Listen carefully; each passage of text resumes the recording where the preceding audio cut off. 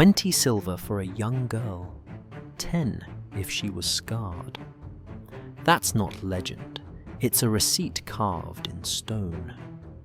Rome's glory was never bought with gold.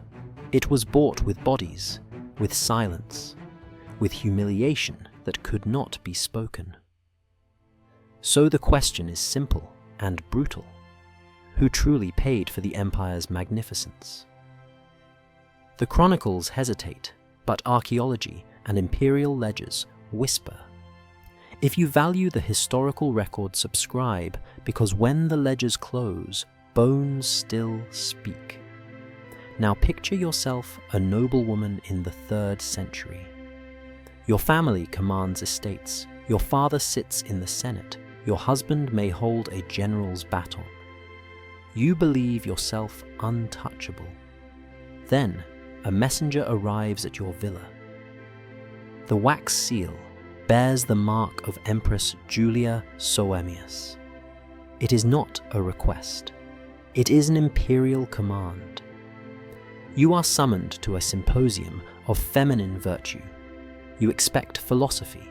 You expect music. Instead, you are led into a private amphitheatre built into the Palatine Hill. Already dozens of women of rank wait, their faces pale, their silence louder than any speech. And then she enters. Julia herself, flanked by Praetorian guards. She declares the purpose competitions. Not games of wit or debate, but staged humiliations ranked and recorded like state business. Rewards for compliance. Exile for refusal. This was not chaos, not whimsy. It was method, bureaucracy, a system that turned shame into a weapon of rule.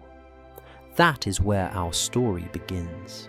Not with marble statues or triumphal arches, but with women, wives, daughters, mothers, stripped of dignity to feed the empire's machinery of control.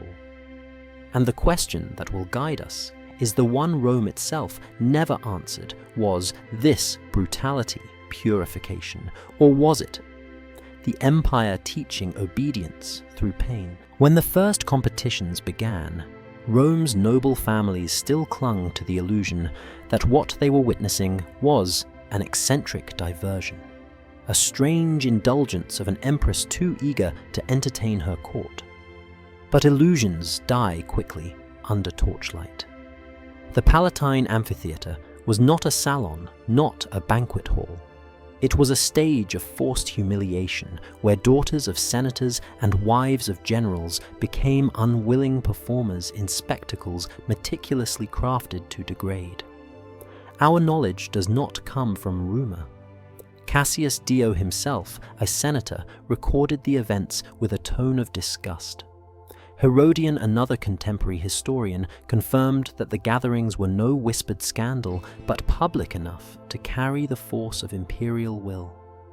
Even the notoriously unreliable Historia Augusta lends weight, for when 3 different sources, hostile, cautious, and sensational, all converge, silence itself becomes complicity.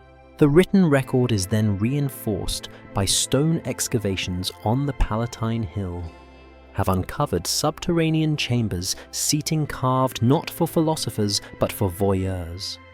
These spaces match descriptions of private theatres where spectators could observe aristocratic women stripped not only of clothing but of dignity. To call these competitions is almost an obscenity, but the empire framed them as contests. Each woman summoned under the pretext of a cultural symposium found herself compelled to participate in performances staged to please Julia Soaemias and her chosen audience. What was displayed? Historians limited by propriety rarely described in detail.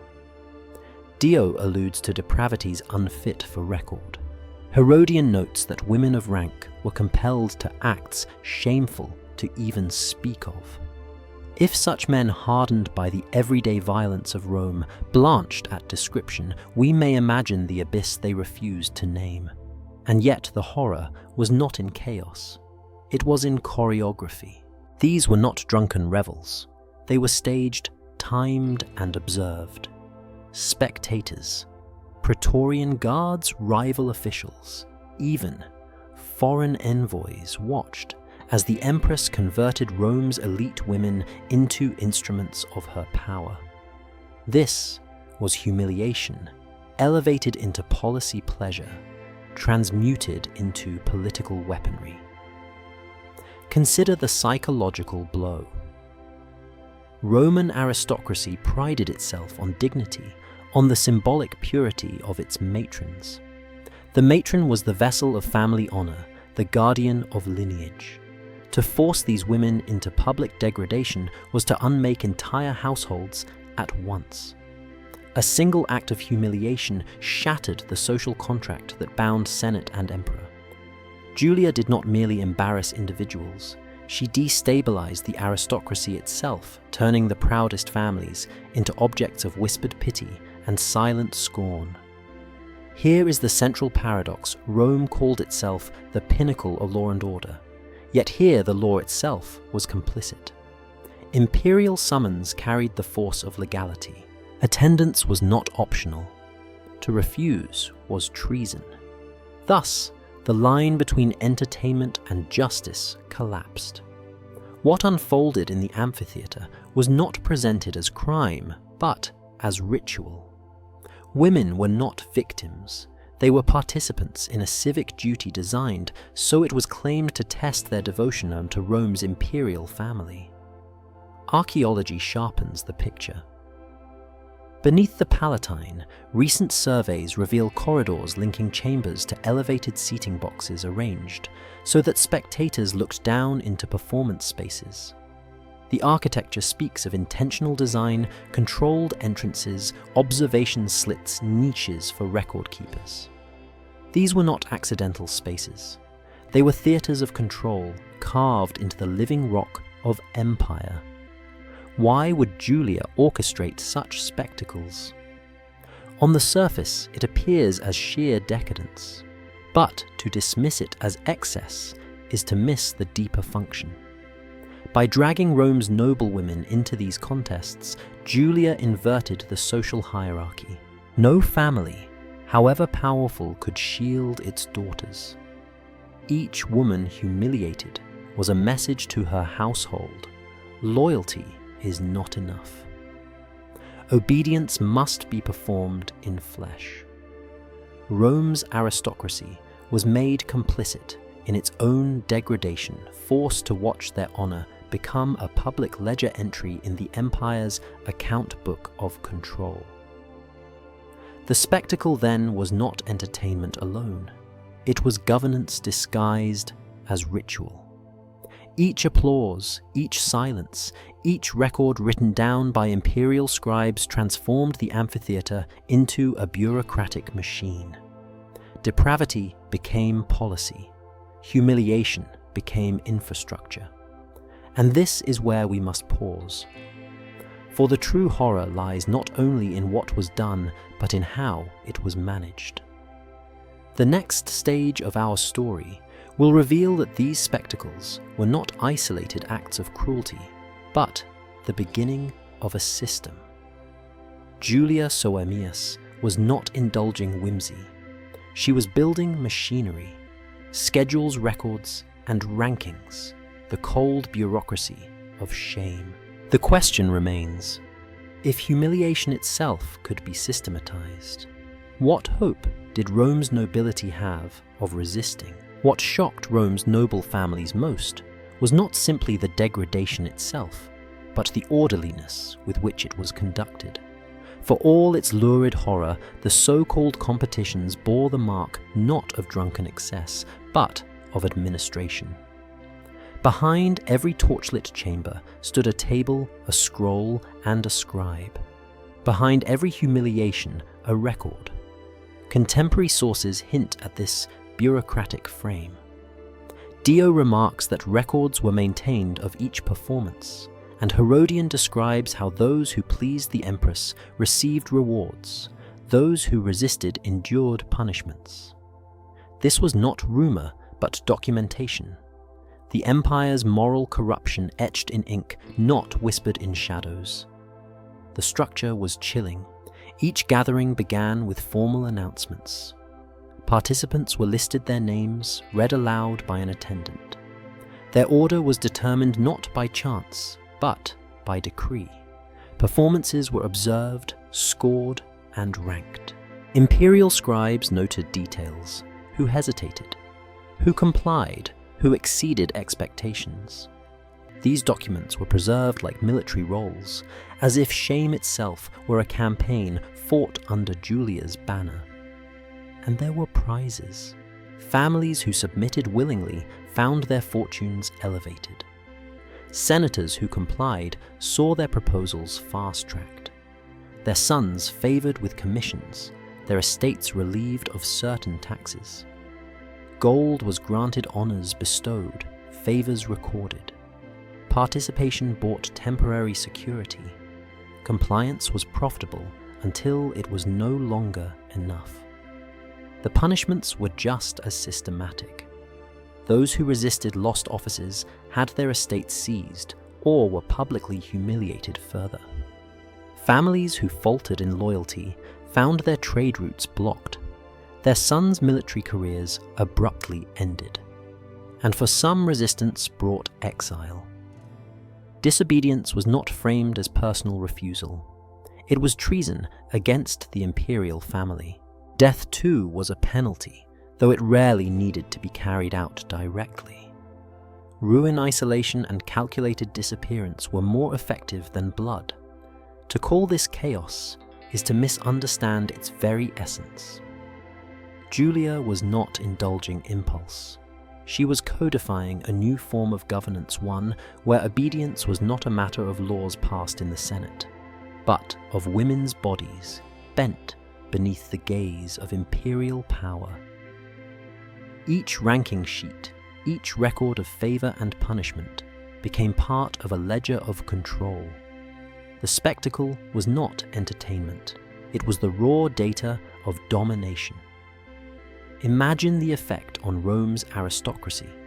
Fathers and husbands themselves, senators and generals, found their family honor dangling on the scales of imperial judgment. Their political futures no longer depended on debate or military success, but on whether their daughters and wives performed to satisfaction. It was humiliation, institutionalized, a redistribution of power away from the Senate and into Julia's private archive of shame. Archaeology again confirms this administrative order.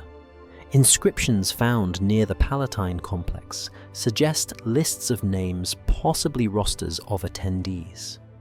Architectural traces reveal seating areas designed for scribes and officials, not merely spectators. Even the spaces themselves carried the imprint of bureaucratic routine-controlled entrances, designated chambers, hierarchical viewing points. These were offices disguised as theatres.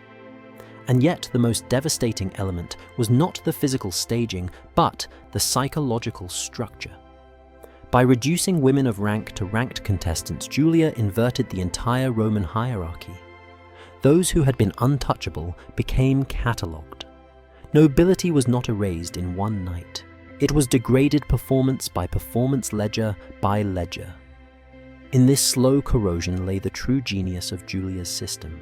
Families were not destroyed outright. They were managed, adjusted, coerced, and absorbed into a machinery of obedience.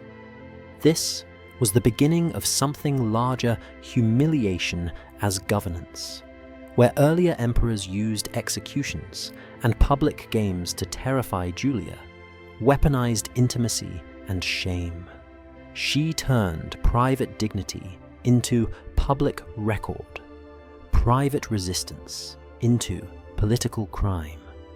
And yet, this raises the next, more unsettling question. If humiliation could be transformed into a functioning system, complete with schedules, ledgers, and a bureaucracy of shame. What was the cost of maintaining it? How did the empire pay for the machinery of degradation? And what profits did it reap? That is where our story turns next, to the economics of shame. The balance sheet of humiliation, where obedience itself became Rome's most valuable currency. Power in Rome was always transactional. Senators traded favors, generals bartered loyalty for spoils, emperors bought allegiance with coin. Julia Soaemias understood this perfectly. She did not discard the empire's economic logic. She twisted it. Shame became a currency, obedience, a commodity humiliation, an investment yielding political profit. The machinery of these competitions was greased not only by terror, but by financial calculus. Those who obeyed were rewarded with tangible privileges, tax exemptions, lucrative contracts, preferential access to grain imports. Families who submitted without protest found themselves climbing in the imperial favor economy, securing posts for their sons, or easing debts that might otherwise swallow estates. Participation was dressed not as degradation, but as patriotic contribution. To perform was to serve Rome. To refuse was to betray it. The story of Claudia Caesar demonstrates the cruelty of this arithmetic. Married to a senator, Claudia belonged to one of the city's most visible families. When she resisted Julia's summons, her husband's political appointments were stripped. Their grain shipments, lifeblood for both household and clients, were halted at the docks. Rome was a city that ate or starved by imperial decree. Within weeks, the Caesar household faced ruin.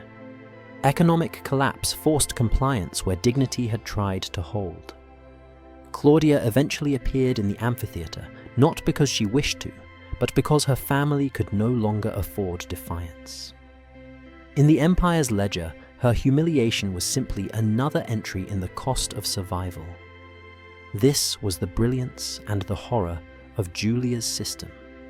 She did not need to execute nobles en masse. She only needed to rewire incentives. Rome's elite learned that refusal came with tariffs, while submission came with subsidies. The competitions became a grotesque market in which loyalty was purchased not with honor, but with humiliation. Families calculated compliance like merchants balancing accounts. How many favors was a daughter's silence worth? How many tax breaks could a wife's degradation secure? Here the language of duty became vital. Julia cloaked her system in rhetoric of civic devotion. Participation was reframed as cultural service, an offering of the aristocracy to strengthen Rome's imperial household.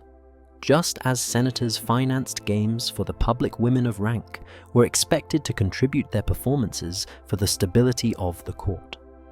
By attaching patriotic vocabulary to exploitation, Julia turned resistance into unpatriotic selfishness. Those who refused were not merely obstinate. They were framed as traitors to Rome's unity. Archaeological evidence underscores the economic layer. Records from the Palatine complex include fragments of accounts and receipts for amphitheatre construction, the movement of guards even catering for attendance. These were not random indulgences, they were line items in the imperial budget. The empire was willing to spend because humiliation generated value, political leverage, economic obedience, social control. The degradation of noblewomen was not a wasteful spectacle. It was an investment. The scale was staggering. By the time the system matured, hundreds of families across Rome and its provinces were caught in the cycle. Grain contracts, military promotions, legal judgments, all could be tilted by a family's willingness to perform.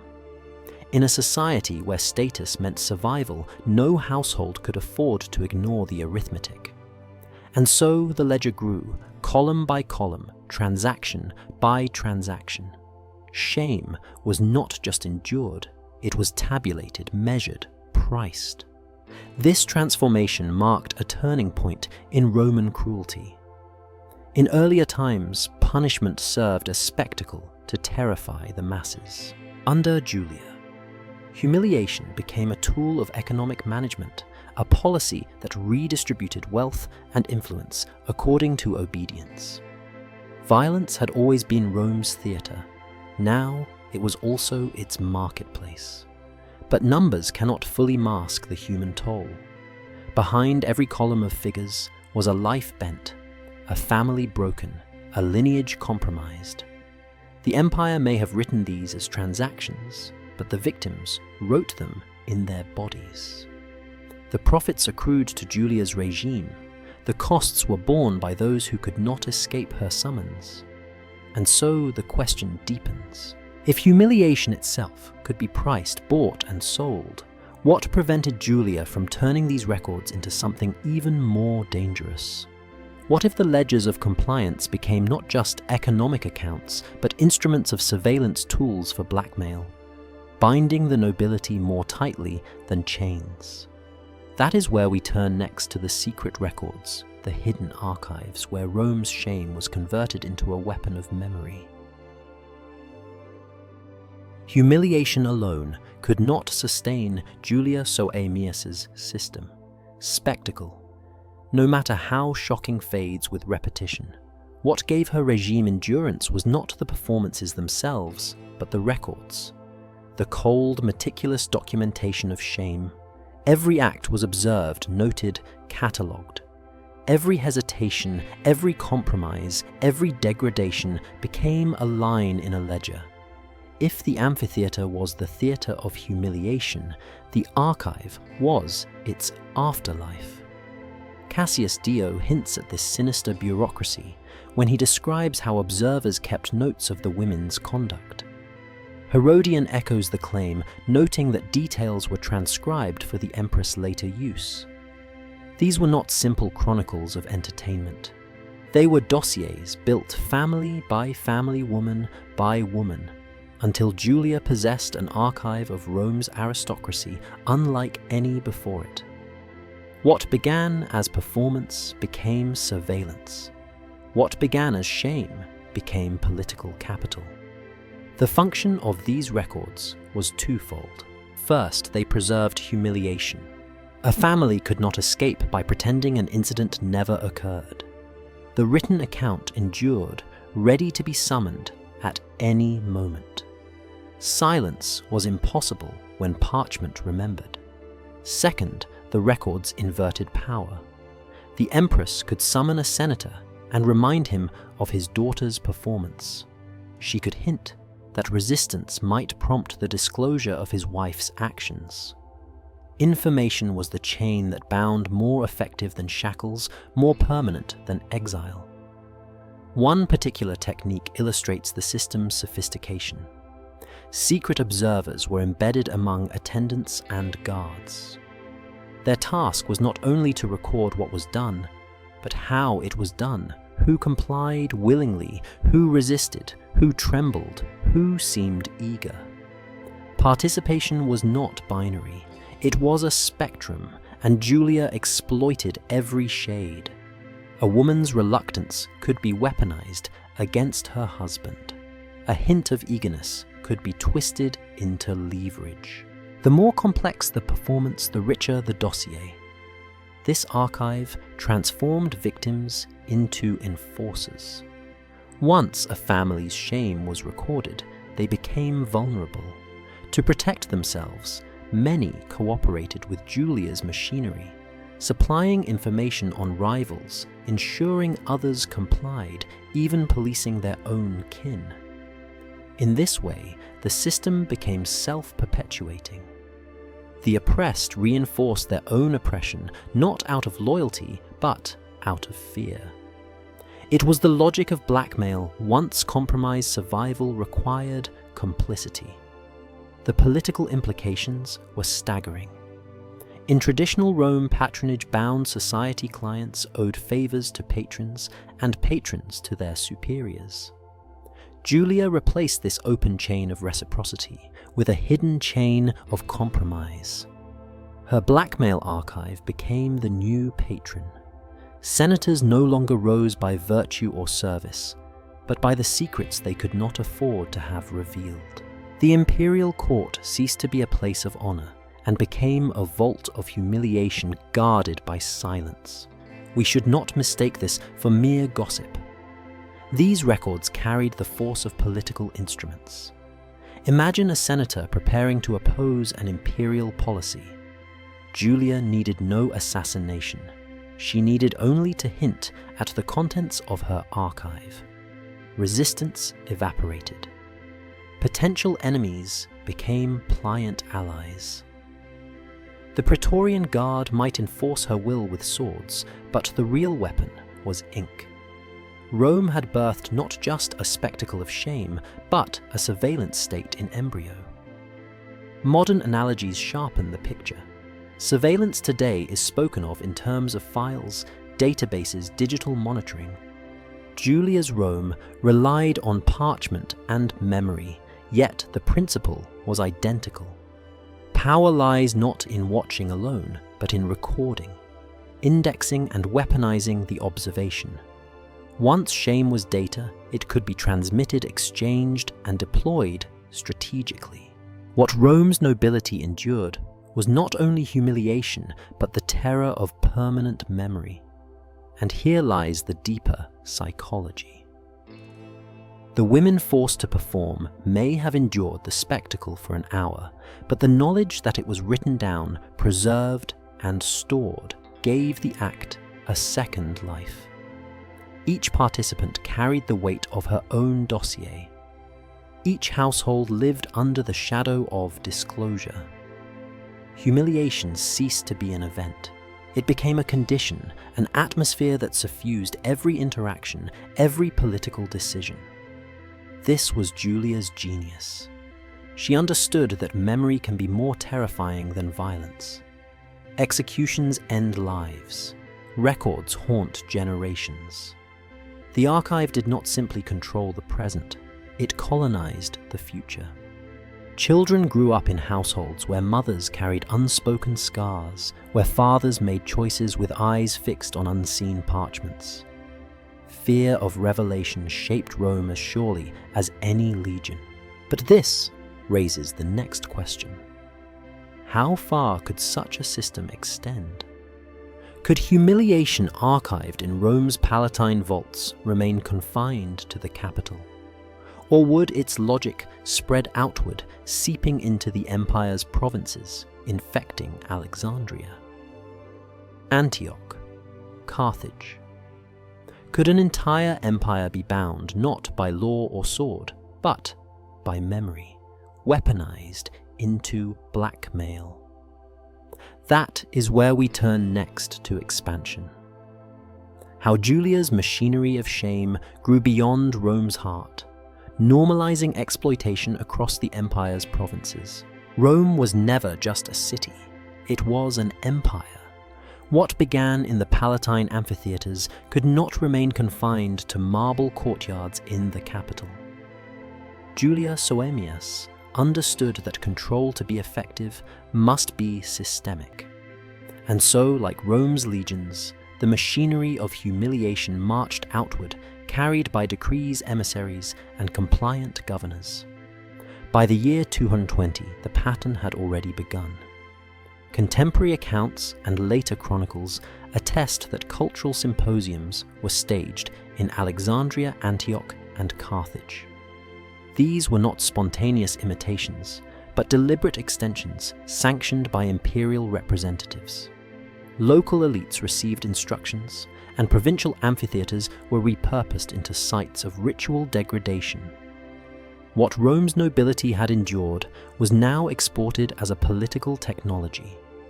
The process was gradual, and that was the key to its success. At first, participation was framed as an honor. Noble families were told that presenting their daughters in such symposiums demonstrated loyalty to the imperial household. To decline was to appear indifferent, to risk being labelled unpatriotic. Soon, the language shifted. What had been described as an honour became a duty. Families were reminded that the empire demanded sacrifices not only in taxes and military service, but in public displays of devotion. Once duty was established, requirement followed. Invitations hardened into commands. Attendance was tracked. Rosters maintained, rewards distributed. Provincial governors reported compliance to Rome, and families who failed to appear found themselves excluded from lucrative contracts or sidelined in civic life.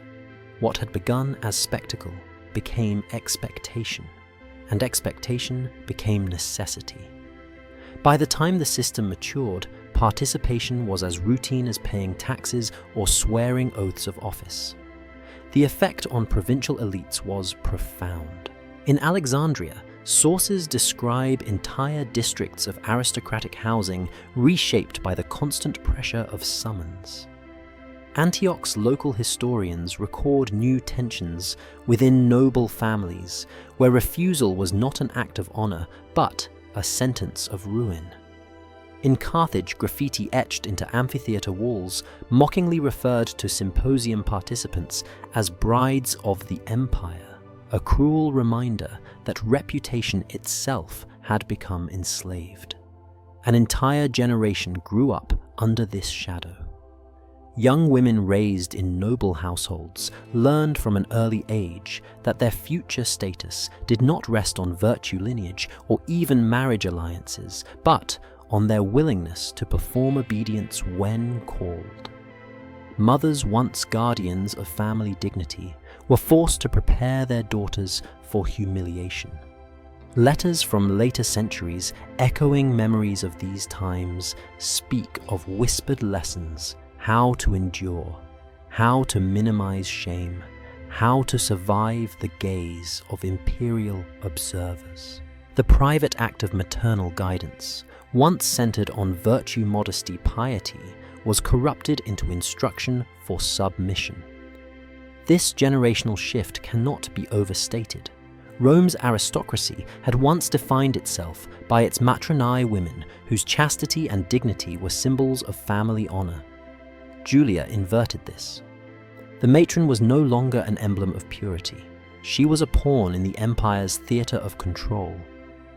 And because this transformation touched not one city but many, the aristocracy of the empire itself was reshaped. Rome no longer ruled through shared tradition and honor. It ruled through managed humiliation, repeated until normalized. The infrastructure reveals this shift. Archaeological surveys in Alexandria suggest renovations to small amphitheaters, with private seating and restricted access spaces ideal for Julia's exported spectacles. In Antioch, inscriptions detail symposium rosters, linked to civic offices, suggesting participation was tied directly to political eligibility. In Carthage, coin hoards near administrative buildings point to bribes or rewards distributed in tandem with performances. The machinery was not hidden. It was absorbed into the empire's everyday systems. Normalization once achieved became almost impossible to reverse. Families who had once resisted now found themselves preparing carefully. They negotiated for favorable times, sought ways to win rewards, strategized as though humiliation itself were a competition they could master. Resistance gave way to calculation, calculation to resignation. In this way, Julia did not need to maintain constant pressure. The system maintained itself. The irony is bitter. Rome proclaimed itself the guardian of civilization, spreading law and culture across the Mediterranean. Yet what it exported under Julia's rule was not philosophy or justice, but a ritual of domination masquerading as civic duty. A noblewoman in Alexandria faced the same summons as her counterpart in Rome. A mother in Carthage whispered the same bitter lessons as her sister in Antioch. The empire's unity was not built on shared ideals, but on synchronized humiliation. And here lies the chilling realization once normalized cruelty ceases to shock. A practice that would once have provoked outrage became routine. A daughter's summons became as expected as a tax bill. What began as spectacle became invisible, absorbed into the rhythms of daily governance. The empire had succeeded not only in degrading its elites, but in making them accept degradation as the natural cost of power. But normalization has consequences. What happens to a society when an entire generation grows up with humiliation as its inheritance? When mothers teach submission instead of dignity? When the very memory of honor is replaced by the inevitability of shame? That is where we must turn next, to the psychological toll, to the suicides, the illnesses, the atmosphere of fear that Dio and others describe a society collapsing inward, poisoned, not by barbarians at its gates, but by the empire's own machinery of humiliation. The ledger of humiliation did not only balance gold against obedience, it tallied something far more corrosive. The slow destruction of minds, families, and the very social fabric of Rome's aristocracy. The amphitheatres, where noblewomen were paraded, did not merely consume their dignity in the moment it poisoned every space they inhabited afterward. Cassius Dio, whose senatorial perspective was anything but sentimental, records with unusual sympathy that suicides increased among the great families during Julia's years of control. He notes daughters who refused food, mothers who ended their own lives, fathers who withdrew from public life in despair. Herodian less emotional frames it clinically.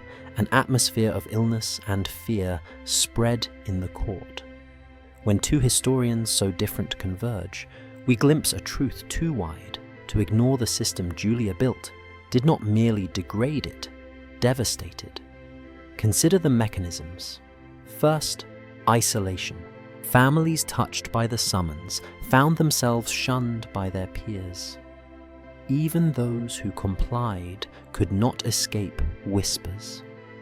The noble matron who once stood as a symbol of respect now carried a shadow. Invitations to feasts dried up. Marriage negotiations faltered. A household's very presence in the forum could draw sidelong glances. Isolation became both punishment and contagion. Once marked by the amphitheatre, a family never fully returned to the circle of honor. Second, economic pressure. The empire ensured that humiliation carried financial costs as well as rewards. Grain shipments, trade licenses, tax privileges, all could be manipulated. A family that resisted or hesitated found its fortunes dwindling. Yet, submission brought no true relief. The rewards were temporary, conditional, always at risk of being revoked. Anxiety became permanent, gnawing at households like an invisible tax. Third, social ostracism. This may seem paradoxical. After all, many families were summoned, many complied. Yet, each case became an opportunity for others to distinguish themselves by condemning the victims. Rome thrived on hierarchy, and hierarchy thrives on exclusion. To protect their own reputations, families amplified the shame of others. What Julia engineered was not merely top-down control, but horizontal suspicion. Aristocrats policed one another, spreading the contagion of fear. The cumulative effect was a society where fear became normal, even banal. Noblewomen, once emblems of dignity, were reduced to walking reminders of their family's vulnerability. Husbands, senators, and generals carried shame they had not personally endured but could never expunge. Children grew up in households where silence hung like a curtain, where mothers taught not virtue but caution, where fathers traded courage for survival. The psychological toll was generational. We often imagine Rome's power as external legions on frontiers' laws, etched in bronze coins, stamped with emperors' faces. But here, power turned inward. Rome's true frontier was not the Rhine or the Euphrates. It was the mind of its own elite. Julia Soaemias colonized the psychology of Rome's ruling class. She taught them obedience, not through executions, but through anticipation. The gnawing dread of the next summons the permanent anxiety that one's family honor could be stripped away with a word. This dread manifested in illness. Contemporary reports describe unexplained fevers, wasting sicknesses, and hysteria among court women. Today, we would call them psychosomatic bodies breaking under relentless psychological strain. Fear alters chemistry. Silence erodes vitality. Humiliation corrodes health. Rome's nobility was not simply politically compromised, it was physically sickened. And perhaps most chilling of all was how predictably humans adapted. Over time, fear dulled. What had once shocked became routine. Families learned to calculate better, to comply quickly than resist. Daughters learned to endure in silence. Mothers coached their children on how to survive the ordeal. The extraordinary became ordinary. And when cruelty becomes ordinary, society itself is broken. Julia's system reveals a grim psychological law. When shame is normalized, it ceases to produce outrage and begins to produce complicity. Victims stop resisting and begin managing. Families no longer ask how to stop the summons. They ask how best to navigate it. This is the final triumph of systemic cruelty, not just to terrify, but to teach people to live within terror as though it were natural. Dio's lament is haunting. A general atmosphere of fear held the court. Fear is not dramatic. It is not blood in the sand or screams in the arena. It is the silent weight in a father's chest, the tremor in a mother's hand, the emptiness in a daughter's eyes. It is the quiet corrosion that turns a noble class into a hollow shell, unable to resist, because resistance has already been erased within. And here we find the link to what comes next. Fear was not merely an accident of Julia's cruelty, it was the system's true product. But fear alone was not enough to legitimize what she built. To endure humiliation had to wear a mask. It had to be draped in the language of law, wrapped in the rituals of culture defended as philosophy. Rome could not admit that it governed by shame alone. It had to pretend that shame was justice, that humiliation was devotion. So we turn now to the mask itself, how law and ritual cloaked brutality, how imperial decrees and cultural language disguised exploitation as civic duty, and how the machinery of humiliation became not only normalized, but sanctified. Rome did not survive by admitting its own crimes. It survived by naming them differently. The empire did not crucify. It preserved order. It did not enslave, it civilized. Under Julia Soaemias, this logic reached its most insidious form. The forced competitions were not announced as degradation. They were proclaimed as symposia on feminine virtue.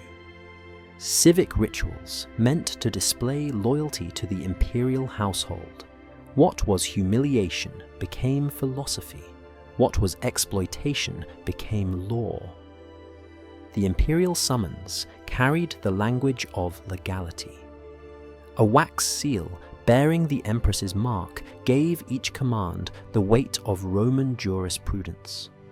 Attendance was compulsory, not because Julia admitted coercion, but because she declared the events essential to the empire's moral health. To refuse was not to resist abuse, it was to betray civic duty. Families who hesitated found themselves accused not of protecting honor, but of shirking loyalty to Rome itself. Herodian records these gatherings as symposia of devotion. The words drip with irony. In practice, devotion meant submission, and submission meant spectacle. Yet the use of philosophical vocabulary mattered. By wrapping degradation in the toga of culture, Julia made resistance nearly impossible. How could one oppose what was presented as patriotic, as moral as sacred? To denounce the symposium was to denounce Rome. Ritual staging reinforced this deception. Events began with speeches invoking tradition and philosophy. Scribes recited passages about virtue, discipline, and duty. Offerings were sometimes made at small altars before the contests began, blurring the line between civic religion and state-sponsored humiliation. Inscriptions carved on walls presented the spectacles not as debasement, but as contributions to the empire's spiritual vitality. Victims were called not performers, but participants, as though they had consented, as though their actions embodied higher ideals. This transformation from cruelty to ritual was Rome's greatest sleight of hand. Bureaucrats recorded attendance as though they were documenting tax payments. Governors linked participation to eligibility for civic honors. Officials cited imperial edicts to justify the practice, couching every command in the language of law. The machinery of state absorbed humiliation and processed it as paperwork. Consider how law functioned here. In theory, Roman jurisprudence prided itself on clarity and precedent. Yet, Julia weaponized vagueness. The summons did not specify acts, it demanded displays of devotion. That ambiguity was deliberate. It allowed infinite scope, ensuring that whatever was required fell within the law's phrasing. Resistance had no ground to stand on, for the law did not recognize the concept of abuse when commanded by the imperial household. The ritual mask did more than protect Julia. It infected the nobility's own perception. Families forced to participate told themselves they were not merely humiliated, they were fulfilling duty. Mothers whispered to daughters that compliance was an offering a service to Rome, a sacrifice that preserved their lineage. Cognitive dissonance became survival strategy. If the empire called it virtue, perhaps one could believe it. Perhaps shame could be endured if reframed as honor. Archaeology again testifies to this masquerade. Inscriptions from provincial symposiums invoke phrases like Pieta's piety and Fides faithfulness. Reliefs depict women in poses of offering as though engaged in ritual rather than coercion. These images sanitize what words cannot, turning degradation into ceremony, trauma into tradition. The physical remnants are not of scandal, but of sanctity. Yet, beneath the carved stone lay the unrecorded screams of those who endured. This is the genius of ritualized cruelty. It erases its own obscenity. When violence is dressed in law, when humiliation is wrapped in philosophy, outrage dissolves. Citizens may whisper, but they cannot openly oppose. To challenge Julia's spectacles was to challenge the empire's identity as guardian of virtue. Silence became safer than protest.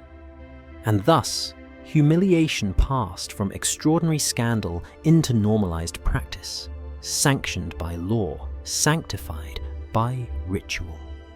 But silence is never universal. Not all were willing to submit. Some senators whispered in corridors, some plotted in villas, some attempted to resist the Empress's machinery. A few even sought to raise formal complaints. Yet the question remains, what became of those who tried? Could resistance survive in a world where law and ritual cloaked exploitation, where records and blackmail bound tongues, where the empire itself defined obedience as devotion? That is where we turn next to opposition and erasure. To the men who vanished, the families erased the voices silenced not by argument, but by disappearance. Every system of power eventually meets at resistance. Julia Soaemias' machinery of humiliation was no exception. Senators whispered behind closed doors, aristocrats lamented in hushed tones, fathers dreamed of vengeance. Yet, resistance in Rome was not measured by outrage, but by survival. To oppose the Empress was to gamble one's lineage against her archives, her guards, and her reach. Few dared, and those who did paid the price. The most famous attempt came from Senator Marcus Aurelius Seius. He was not an unknown figure. He had wealth, influence, and allies within the Senate. Disturbed by what he saw as the corrosion of Rome's dignity, he tried to organize a formal complaint to the emperor. His aim was modest, not revolution, but restraint. He hoped to remind the imperial household of Roman traditions, to restore a boundary between private dignity and public spectacle. His effort lasted only weeks. Seius disappeared during a journey to his estate. No body was recovered, no culprit identified. Official statements cited bandits. But Rome was not naive. Everyone understood what had happened. His disappearance was a message, a demonstration of Julia's invisible reach. Assassination was not merely punishment, it was pedagogy. Senators absorbed the lesson quickly. Opposition meant erasure. Not debate, not trial, not exile, erasure. A man's name could vanish as easily as a woman's dignity. Others tried quieter forms of defiance. Some families feigned illness to avoid summons. Some bribed officials to delay participation. Some whispered complaints to foreign envoys, hoping to stir outside pressure. Yet, Julia's archives of blackmail made even small resistances dangerous. A single record could be summoned, a single line in a ledger weaponized. The father who muttered dissent could be reminded of his daughter's performance, his wife's compliance. Secrets were no longer private, they were state property. Resistance collapsed under the weight of exposure. Fear became the empire's strongest garrison. The Praetorian Guard stood as visible enforcers, but the true chains were invisible shame secrecy, and the knowledge that Julia's reach extended into every chamber of the aristocracy. Senators learned to speak in euphemisms, to cloak their disgust in silence. Women learned to endure men, to avert their eyes. Children to grow up without hope of rebellion. This combination of brutality and erasure left Rome's elite hollowed. Families no longer resisted because resistance seemed impossible. To oppose openly was to vanish like Seius. To oppose secretly was to risk disclosure from Julia's dossiers. The safest path was complicity.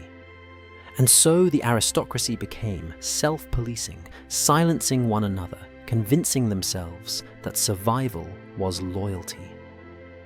Here, the political psychology reveals itself. Power did not merely kill its opponents, it erased them, rewriting history to exclude dissent. Rome, which prided itself on memory, now practiced amnesia as governance. To erase an enemy was to annihilate not only his body, but his narrative. In this way, Julia's cruelty transcended punishment. It became control over history itself. Archaeological silences mirror this reality.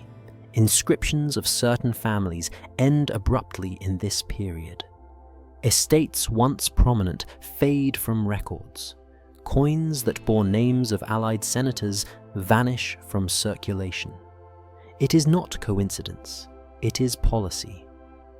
Opposition was not just punished, it was scrubbed, leaving gaps in Rome's own memory. Where a lineage once stood, only silence remained. This strategy worked for a time, but erasure carries a paradox. When dissent is annihilated, rulers lose not only enemies, but feedback.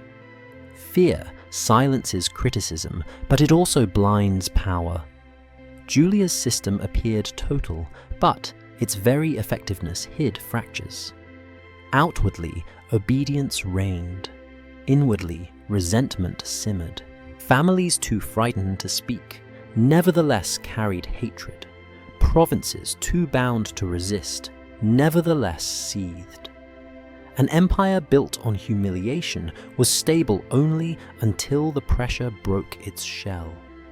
And break it would. For Julia's greatest miscalculation was not in Rome, but beyond it.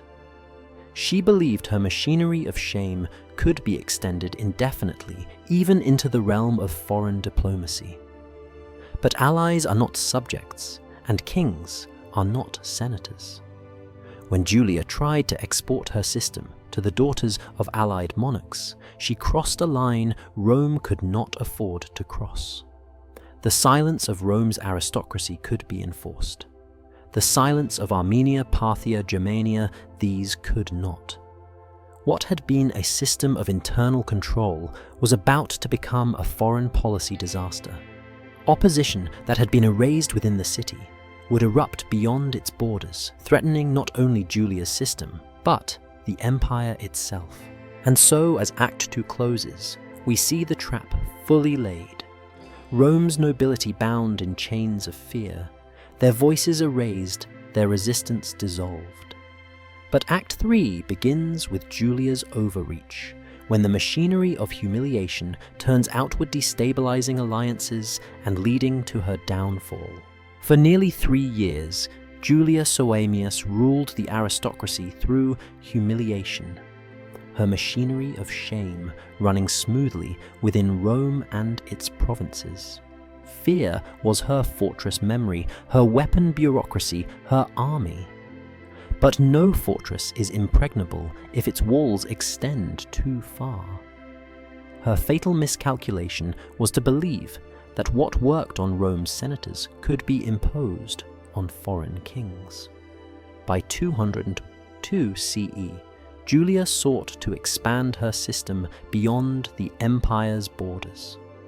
It was not enough for Roman noblewomen to be summoned. Foreign princesses, daughters of allied monarchs, were to be drawn into her spectacles. This was more than decadence.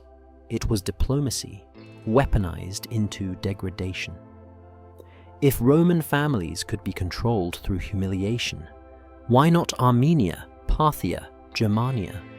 Why not make loyalty visible, not only in treaties, but in the bodies of royal daughters? The first signs of collapse appeared quickly. King Artaxius of Armenia had promised his daughter in marriage to a Roman noble as part of a delicate alliance. When word spread of what awaited her in Julia's court, the summons, the symposiums, the performances of devotion, he withdrew. The alliance collapsed. Rome lost not only a marriage, but a buffer against Eastern unrest. Other rulers followed. Envoys from Parthia returned home in anger. Germanic chieftains muttered that Rome had dishonored its word. Carthaginian allies, already uneasy with Rome's heavy hand, used the scandal as pretext to delay shipments and troop levies. What had been Rome's strength, its aura of superiority, was turned against it. For humiliation within Rome could be concealed, excused, renamed.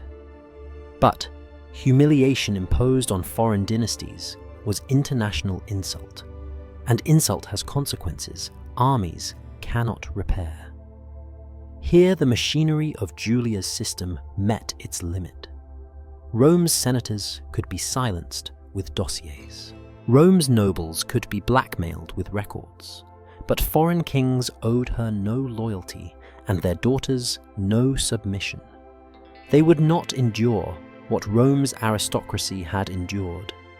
By attempting to export her ritual of domination to those outside her immediate grasp, Julia exposed her weakness power dependent on silence collapses when silence cannot be enforced. The irony is sharp. Julia had built her control on the principle that shame binds tighter than chains. But, in diplomacy, shame loosens bonds. What held Rome's nobility in obedience? Fear of exposure pushed foreign monarchs away, unwilling to submit to degradation disguised as ritual. Rome's empire had always relied on alliances as much as on legions. Now those alliances frayed, not under military pressure, but under the weight of Julia's hubris. Dio and later chroniclers mark this moment as a turning point. For once senators whispered more boldly, emboldened by the outrage of foreign courts. If Armenia could refuse, why could not Rome? If Germanic leaders could reject Julia's summons, why? Must Roman fathers comply? The empress's reach, so terrifying in the Senate, suddenly looked fragile when measured against kings who could not be erased. Her authority, once cloaked in inevitability, now revealed its limit. The military implications were dire. Without Armenia's loyalty, Rome's eastern flank weakened. Without Germanic cooperation, the Rhine frontier looked precarious. Legions stretched thin could not defend all borders at once. And all because Julia mistook humiliation for diplomacy. Her machinery of control, so effective in Rome, became poison abroad. This overreach revealed the central flaw in her philosophy of power. Control rooted in shame cannot expand infinitely. It thrives in closed rooms, in secret archives, in whispered threats. But empires are not closed rooms. They depend on the consent of allies, the respect of neighbors, the stability of borders. Julia forgot that humiliation is not universal currency. Beyond Rome, it was insult, and insult is the seed of revolt. By early 222, the consequences were undeniable. Alliances crumbled, treaties strained, envoys fumed.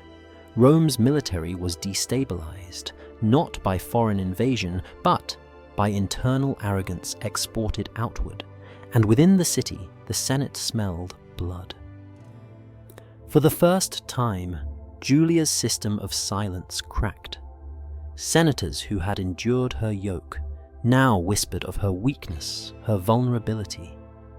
They began to ask not whether she could be resisted, but when. Yet Julia did not retreat. She doubled down, insisting that foreign refusals proved only their lack of devotion. In her mind, humiliation was the empire's purest test of loyalty. If kings balked, they were unworthy allies. It was hubris of the most fatal kind, the belief that degradation was strength, that fear was permanence. History tells us what followed. Within months, Praetorian senators and even victims of her machinery conspired. But before we witness her fall, we must see the pressure build, how her alliances dissolved, how her son grew uneasy, how the very system she had built turned against her. The empress who erased others was about to be erased herself. For years, Julia Soaemias had ruled through fear, humiliation, and erasure. But fear is brittle. When alliances collapsed abroad and whispers grew at home, cracks appeared in the machinery she had built. Rome's elites, long silent under her blackmail, suddenly glimpsed a way forward if foreign kings could refuse her. Perhaps Rome could too. The aura of inevitability that had protected her began to dissolve. The Praetorian Guard was the first to shift. They had served as her enforcers, standing at the doors of amphitheatres, ensuring compliance from trembling noble families. But soldiers are not blind to politics. They saw the treaties collapsing the allies, departing the legions stretched thin. They knew that an empire humiliated abroad could not long protect itself. And they recognized something else. Julia's control did not inspire loyalty, only resentment. When resentment outweighs fear, rebellion is only a matter of time. Senators too stirred. Men who had once endured humiliation in silence now began to conspire. Some were motivated by vengeance for daughters, broken wives, degraded names erased. Others simply saw opportunity, the chance to reclaim power stripped from them by Julia's dossiers. Even victims themselves, families who had been coerced into complicity, now saw survival in rebellion. Shame no longer silenced them, it fueled their resolve. The coup was swift.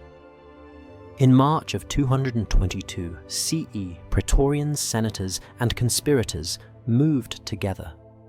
Julia and her son, Emperor Elagabalus, were attacked within the palace.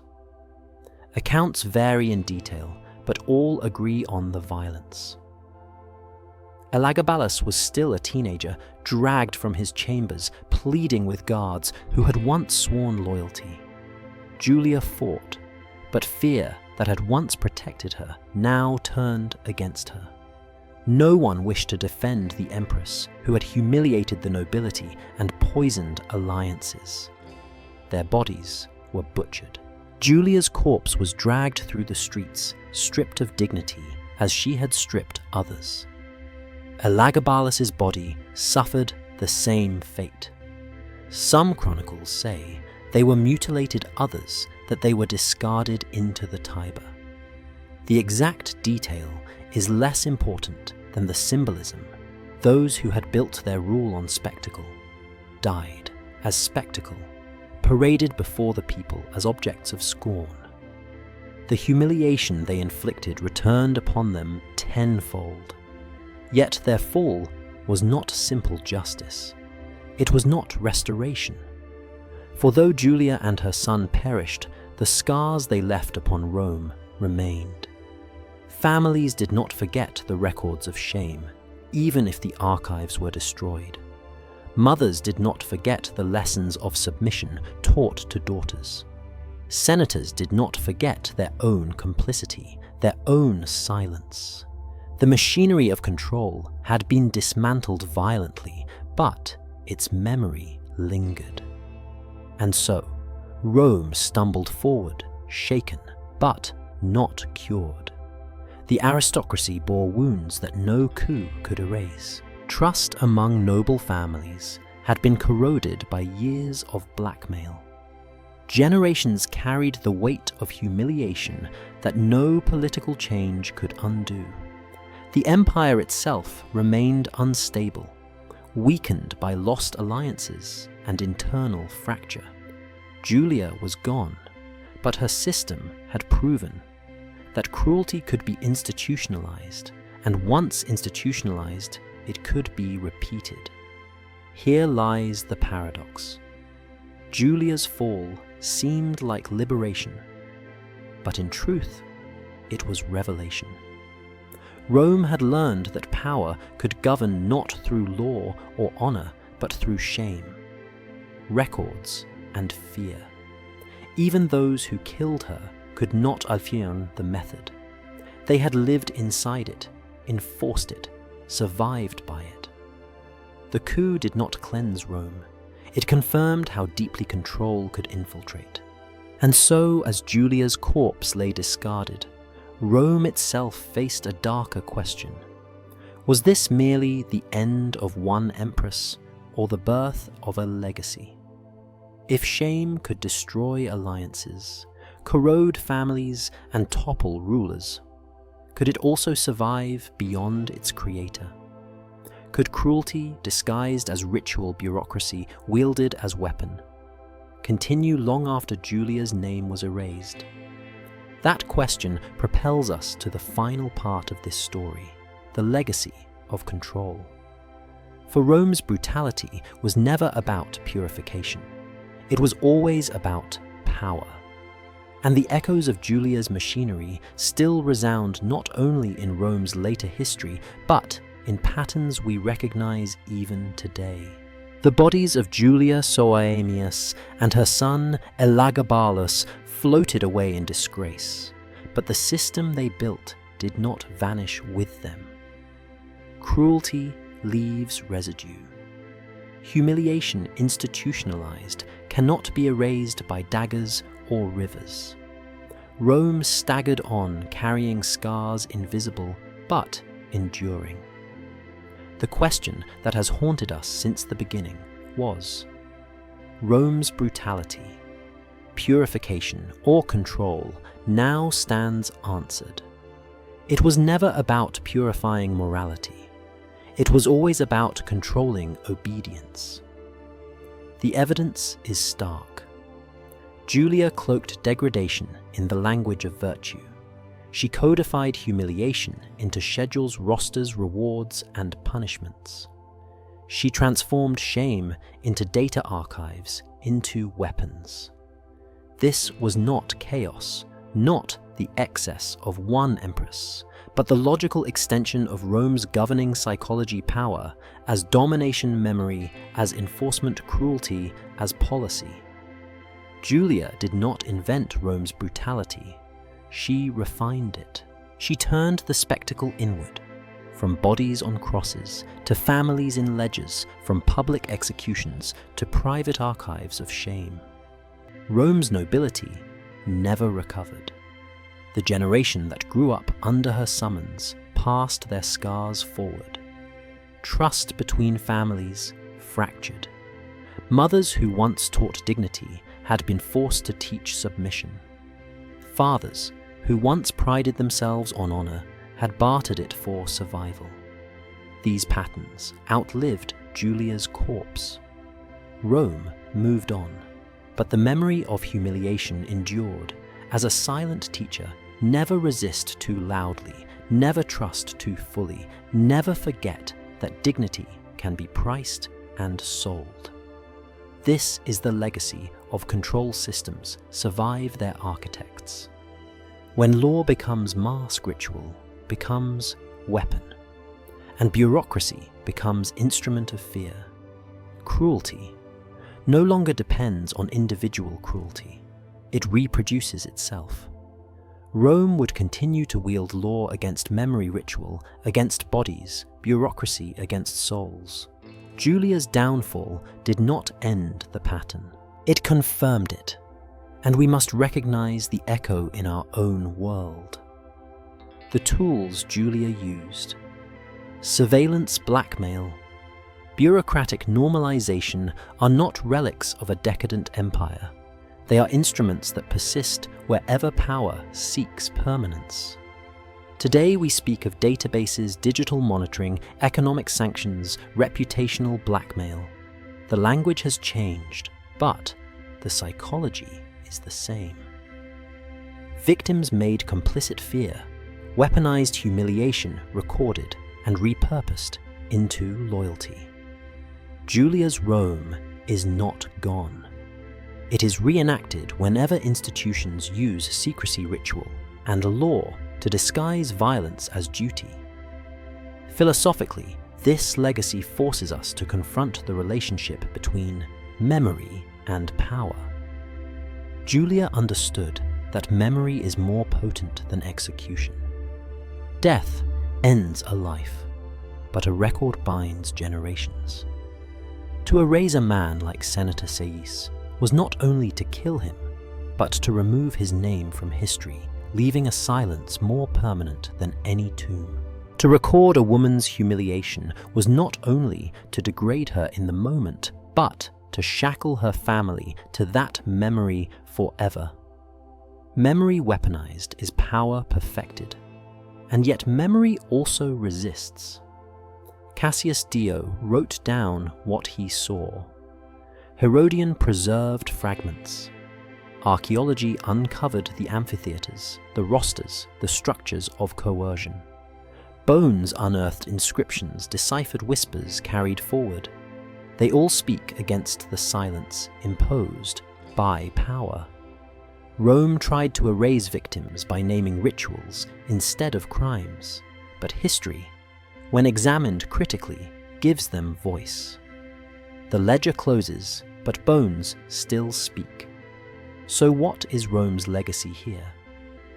It is the realization that cruelty institutionalized is not an aberration, but a method. The empire consumed itself not through foreign invasion, but through systemic brutality that hollowed out its own elites. Julia's system collapsed because it reached too far, but its logic control through humiliation did not die. That logic remains part of how empires govern, how institutions preserve themselves, how power rewrites morality in its own image. The governing open loop. We posed at the start purification or control resolves with bitter clarity. Rome's spectacles were never about cleansing morality. They were always about breaking will. Julia's machinery of shame was not ritual purification. It was ritual subjugation. And its memory is not confined to marble ruins or dusty chronicles. It lives in every system that disguises violence as order, every bureaucracy that launders cruelty into paperwork, every state that teaches fear as loyalty. When we look back at Julia's Rome, we must see more than scandal. We must see a mirror, not to excuse, but to warn. For as long as humiliation can be masked as duty, as long as records can bind more tightly than chains, as long as silence can be bought with fear, Julia's legacy endures. And so, we end where we began with the question of cost. Rome's glory was never free. It was paid not in gold, but in bodies, silence, and memory. And though the empire fell, the bones remain. Archaeology uncovers them. Chronicles whisper them. Philosophy interprets them. When the ledgers of power close, the bones still speak.